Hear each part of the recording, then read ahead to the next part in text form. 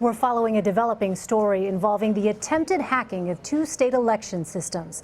The FBI discovered evidence of foreign hackers breaking into the databases. And this apparently was a recent hack. It forced the agency to issue a nationwide warning telling election officials to step up security. Cybersecurity analyst Alex Hammerstone is following this development from Cleveland and joins us now. Alex, let's make the point that you are a white hat or ethical hacker. Clarify for our viewers what that means exactly, and tell us what your sense is of this attack. Who may be behind it and why? So what that means is that our organization, we work with organizations and governments to assess their security. A lot of that is by attempting to break into their systems, look for vulnerabilities, and then work with them to mitigate those vulnerabilities and remediate them.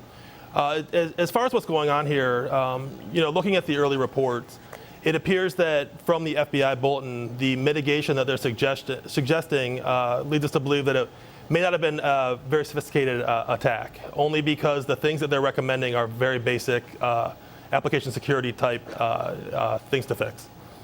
Do you have any sense, based on what it is that's been reported so far, Alex, whether this may be perhaps a Russian criminal element, as is suggested in the article by Michael Isikoff, who broke this news? He talked to an expert who said that one of the IP addresses listed in the FBI alert had surfaced before in Russian criminal underground hacker forums. So that's always a possibility. In our industry, we want to be very careful about attribution, making sure that we know that before we blame somebody, that we're sure that's who it was. Anything like that, an IP address that's been used before can point that way. But it's one of these things that if an attack or a type of attack is successful, then other people are going to use it as well. So it doesn't necessarily mean it was the originator of that attack or the inventor. What about the design of these election and voting systems, which are becoming more and more commonplace throughout the United States?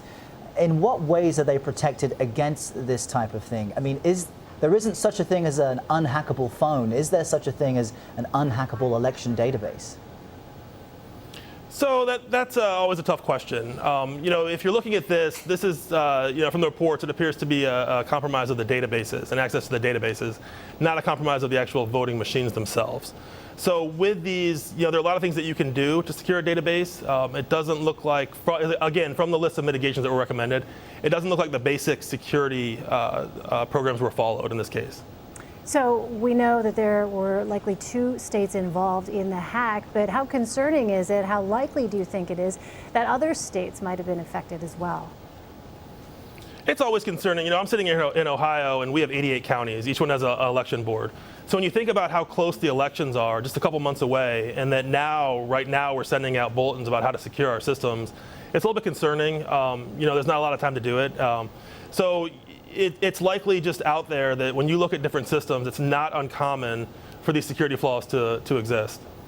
So based on what we know, do you have any reason to be concerned about the accuracy of election voting systems in the states at this point? So there's always reason to be concerned. That's my job. That's what we do all day. Is we're concerned about these things, and we look at them and we go out of our way to try to help fix these things. As far as seeing the types of attack that appeared to be successful in this case, it has to make you think that maybe a lot of the other databases aren't going to be secure either. All right, Alex Hammerstone, our cybersecurity expert. Thanks for your time. We appreciate your concerns. You do the worrying for us. Thank you. Absolutely. Thank you.